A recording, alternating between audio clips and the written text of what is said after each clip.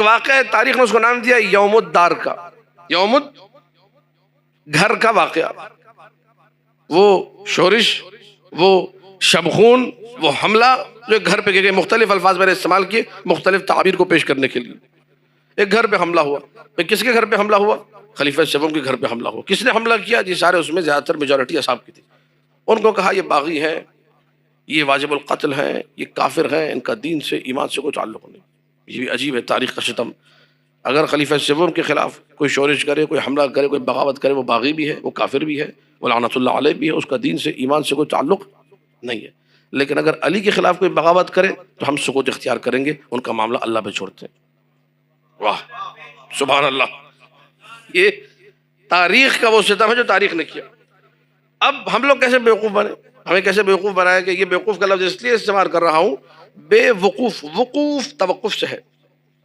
تجوید کے قاعدوں میں اس قرآن میں دیا وقوف یعنی جہاں پہ آپ نے ٹھہرنا ہے، بے وقوف یعنی بنا وقوف، یعنی اسٹاپ نہیں ہوتا ہے، سنتا ہے اور آگے بڑھ جاتا ہے۔ بے وقوف اسی کو کہتے ہیں جو رکتا نہیں، غور کر رہے آپ میں کیا کہہ رہا ہوں۔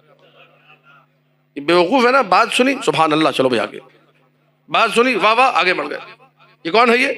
یہ بے وقوف ہے۔ یہ تو کہا کہ جی وہ یوم الدار جو واقعہ ہوا اس میں بڑی عجیب بات ہے، یہ بڑے واقعہ ہمیں سوچنا چاہیے انسانیت کے ناطے کہ مولا علی نے کیسے کیسے کام کیے ہیں۔ اب ہم بھی غور سے سن رہے اور بیوقوف بن رہے ہیں۔ کہا جی فرمائیے بسم اللہ۔ کہا کہ مولا علی نے اپنے بیٹے حسن اور حسین کو حفاظت کے لیے بھیجا تھا، پانی کے مشکی سے دیکھ کے بھیجا تھا، جاؤ جا کے پانی پلاؤ۔ اور دروازے پہ ایک طرف دائیں طرف حسن کو کھڑا کیا، بائیں طرف حسن کو کھڑے ہو کے دفاع کرو۔ اللہ اکبر، واہ واہ، کیا مولا کی انسانیت پسندانہ اقدام سے، بشر دوستانہ اقدام سے، واہ واہ۔ ایک سلوات پڑھوائی، ایک نعرہ نکل کے، واہ کیا ہسٹری سنائی مولانا صاحب نے۔ پتہ ہی نہیں ہوا کہ علم ہی نہیں ہوا کہ ہمارے ساتھ ہوا کیا ہے۔ ایک من گھڑت کہانی جس کا اساساً روایات معصومین میں وہ تاریخ جو اصحاب ائمہ کی طرف سے پہنچی کوئی تذکرہ نہیں۔ حقیقت امر کیا ہے؟ جو علماء اہل بیت نے، جو عاشقان اہل بیت تھے، جنہوں نے ہمیں تاریخ ہم تک پہنچائی، انہوں نے کیا لکھا؟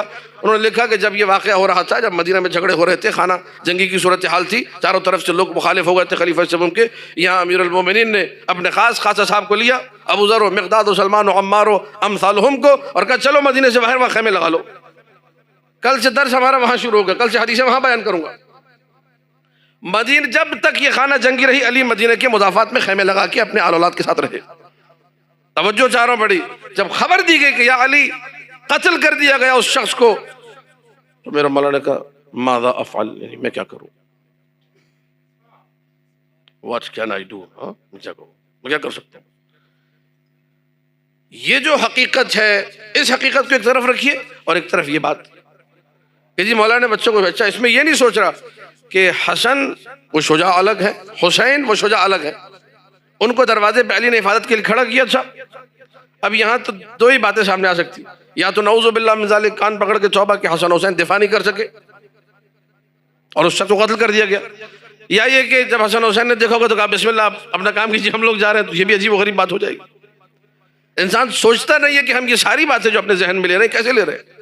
یہ ساری کہانی صرف اس لیے بنائی گئی کہ یہ ثابت کیا جائے کہ ان دونوں کے آپس میں ماحول بڑے اچھے تھے، دوستانہ تھے، تعلقات بڑے اچھے تھے، تاکہ ہم جو بعد میں آئے ہم لوگ تمام وہ احادیث معصومین جس میں مخالفین اہل بیت کو واقعاً جسے کہا جائے جہنم کے آخری کونے میں پھینکا کے ہم وہ کہیں گے وہ حدیث تو ساری ضعیف ہے، اصل تو یہ گراؤنڈ ریئلٹی، لوگ آپس میں دوست تھے، ایک دوسرے کی حفاظت کرتے تھے، ایک دوسرے کو ڈیفینڈ کرتے تھے، ایک دوسرے سے رشتہ داریاں بناتے تھے۔